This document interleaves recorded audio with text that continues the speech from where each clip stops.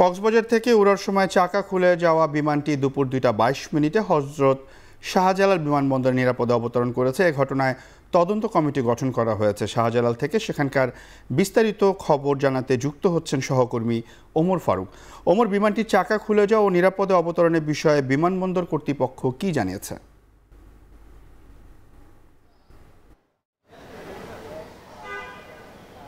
Seoul, আজকে দুপুর 1:20 কক্সবাজার থেকে যে বিমানটি অর্থাৎ 171 জন যাত্রী নিয়ে বাংলাদেশ বিমানের 4360 যে ফ্লাইটটি সেটি উড্ডয়নের পরেই কিন্তু যে চাকা, পিছনের যে চাকা সেটি খুলে যায় এবং পরবর্তীতে যে বিমানের যে পাইলট ছিল তিনি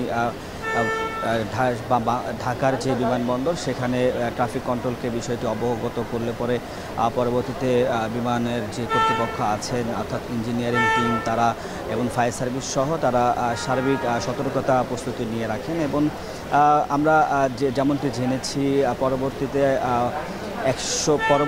2:22 বিমানটি কিন্তু ঢাকার যেই শাহজালাল বিমানবন্দর রয়েছে সেখানে অবতরণ করেন এবং এতে কিন্তু মূলত আসলে কোনো ধরনের ক্ষয়ক্ষতি বা কোনো ধরনের সমস্যা হয়নি। তবে বিমান কর্তৃপক্ষ বলছেন যে আসলে বিমানটি উড্ডয়নের পরপরই যে পিছনের চাকাটি খুলে যায় এবং পরবর্তীতে তারা সব ধরনের সতর্কতামূলক কার্যক্রম তারা অবলম্বন করেন এবং যে কোনো দুর্ঘটনা এড়াতে তারা সব ধরনের সতর্কতা তারা অবলম্বন করেন এবং পরবর্তীতে বিমানটিতে আসলে ঢাকায় খুব নিরাপদে অবতরণ করেছে বলে আমাদেরকে জানিয়েছেন। তবে আমরা কিছুক্ষণ পূর্বে অর্থাৎ বিমানটি অবতরণের পরেই আমরা যাত্রীদের সাথে কথা বলেছি। তারা আমাদেরকে যেমনটি জানিয়েছেন আসলে তারা বিমানে উড্ডয়নকালে অর্থাৎ অবতরণের সময় তারা কিন্তু বিষয়টি জানতেন না, বিমানে থাকা অবস্থায় তারা বিষয়টি জানতেন না। পরবর্তীতে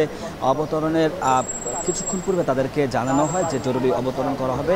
এতে তারা কিছুটা আতঙ্কিত হয়ে পড়েন এবং তারা বলেন এবং তারা মূলত যে বিমান কর্তৃপক্ষের গাফিলতিকেই তারা দায়ী করছেন।